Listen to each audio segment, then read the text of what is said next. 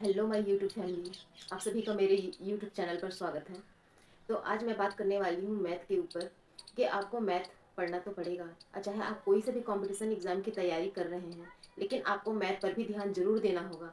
मैं ये बात क्यों बोल रही हूँ, क्योंकि आप चाहे कोई सा भी आप एग्ज़ाम ले लीजिए, कोई सा भी एग्ज़ाम, उसमें चाहे 10 नंबर का हो, 20 नंबर, 30 नंबर, 35 नंबर तक मैथ के क्वेश्चन पूछे जाते हैं। सहमत है कि नहीं? मैथ हमको आना चाहिए। क्यों? क्योंकि मैथ एक ऐसा सब्जेक्ट है जो हमको क्वालिफाई तो कर देता है, क्वालिफाई करा सकता है, लेकिन आपको सिलेक्शन नहीं देता। जी हाँ, मैथ आपको क्वालिफाई बिना करा मैथ के सकता है, आप पेपर लेकिन आपको क्वालिफाई कर सकते आगे हैं, लेकिन गवर्नमेंट सिलेक्शन जॉब नहीं आप नहीं देगा। ले सकते। इसीलिए इसीलिए मैथ की ही तैयारी बहुत आपको ज़्यादा मैथ को ही ज़रूरी है। पढ़ना पड़ेगा। पहले मुझे भी मैथ नहीं आता था, क्योंकि मैं आफ्टर 10 to 12 ईयर्स गैप्स के बाद मैंने मैथ पकड़ा। मुझसे एचसीएफ एलसीएम जो आते थे वो ना के बराबर थे, क्योंकि जो बेसिक जो मेरी नॉलेज थी वो तो 10th के बाद ही ख़त्म हो गई थी, क्योंकि मैंने साइंस सब्जेक्ट चूज़ किया था। तो साइंस 10th क्लास तक ही मैथ मैंने पढ़ा, और उसके बाद मैंने ग्रेजुएशन किया, एमबीए भी किया, बीएड किया। यहाँ कहीं पर भी मैथ का कोई जिक्र नहीं था। और जब मैंने अब कंपटीशन एग्ज़ाम जब मैंने देखा कि हर कंपटीशन एग्ज़ाम में मैथ ज़रूर ही पूछता है, तो मेरी पढ़ाई की जर्नी सीटेट से चालू होती है। जब मैंने ये देखा कि मैंने बीएड तो कर लिया, अब मुझे एग्जाम्स भी देने हैं, अगर मुझे कुछ चाहिए, मुझे कुछ अपने लाइफ में कुछ करना है तो मुझे पढ़ना है। मैंने कई बार सीटेट पेपर्स दिए। तो मैं आपको बता दूं कि मैं सीटेट क्वालिफाई हूँ 3 to 4 टाइम्स, और मैंने फर्स्ट अटैम्प्ट में ही सीटेट पेपर 1 मैंने निकाल लिया था, लेकिन बिना मैथ के प्रिपरेशन के। अब जब मैंने सेकेंड या थर्ड बार मैंने पढ़ना चालू किया, तो मैथ में क्या हुआ कि मुझे आता आता तो नहीं था। और जब मैंने बुक उठा के मैंने पढ़ना स्टार्ट किया, तो एलसीएम एचसीएफ पे जो बेसिक जो लैडर वाली जो चीज़ें होती हैं, जो जिस तरीके से मैं बताऊं,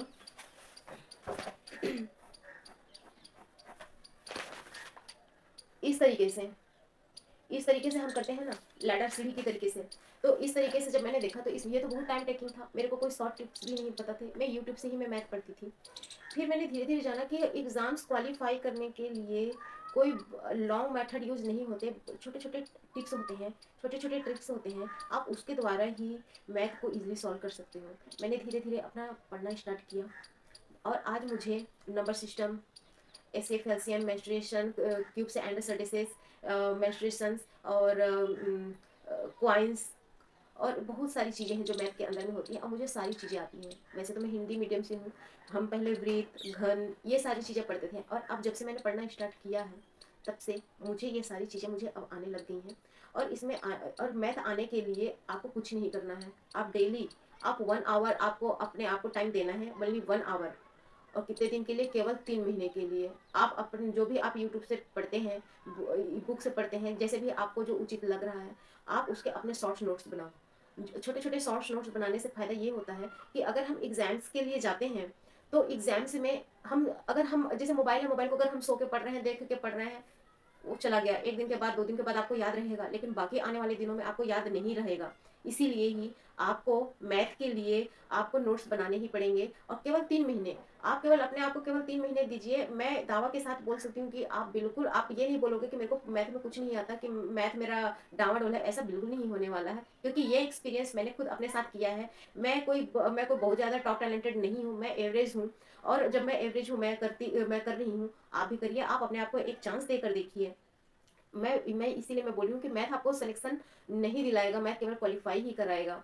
आपको अपने आप में बने रहना है, आपको कंटिन्यू पढ़ते रहना है, आपको रुकना नहीं है। आप बस पढ़ते रहो, पढ़ते रहो, पढ़ते रहो, और आपका एग्जाम में दिमाग जरूर ही चलेगा। अगर आप ये सोच रहे हैं कि मेरा एग्जाम में क्या होगा, मैं मैथ पढ़ रही हूँ, क्या वो मैं बना पाऊंगी कि नहीं, तो ये डाउट मेरे साथ भी हुआ था। लेकिन मैंने देखा, जब मैंने क्वेश्चन देखा, मुझे अंदर से लगता था ये इतना बड़ा क्वेश्चन है, कैसे कर पाऊंगी। लेकिन जैसे ही मैंने पेन पकड़ा, मैंने कॉपी में लिखा, और उसके बाद से वो अपने आप स्टेप बाय स्टेप बनना चालू हो जाता है। अब आप यह सोच रहे होंगे, सोचने लगे ना कि अरे इन्होंने तो ये बोल दिया कि सीटेट की क्रैक करवा देगा, लेकिन सिलेक्शन नहीं दिला पाएगा। तो over thinking kills your happiness. ज़्यादा सोचना नहीं है, बस काम पर लग जाना है। जी हाँ, केवल आपको काम पर लगना है। क्या करना है? 1 घंटा के टाइम निकालना है, 3 महीने अपने आप को टाइम देना है। जो भी आप टाइम टेबल आप बना के पढ़ रहे हैं अदर सब्जेक्ट के लिए, आप 1 घंटा तो आप देकर देखिए, कोई भी आप एक सर, और केवल हाँ, ये भी बात है कि आप जो भी मैथ पढ़ रहे हैं, आप पहले सारी चीज़ रिसर्च कर लीजिए यूट्यूब में कि आपको कौन से टीचर से आपको अच्छे से समझ आ रहा है। ये नहीं है कि आपने आज नंबर सिस्टम इनसे पढ़ लिया, दूसरे दिन नंबर सिस्टम मुझे ये समझ नहीं आ रहा है, दूसरे से पढ़ लिया, ऐसा नहीं है। पहले आप रिसर्च कर लीजिए, जो आपको अच्छे टीचर लग रहे हैं, आप एक ही टीचर रखिए अपने लिए और उनसे ही पढ़िए।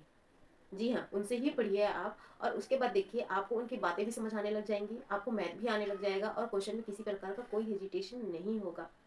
तो और रही बात की सीटेट की, सीटेट एक ऐसा एग्ज़ाम है जो हमको क्वालिफ़ाई करा देता है बिना मैथ के, और हम पास भी हो जाते हैं बिना मैथ के।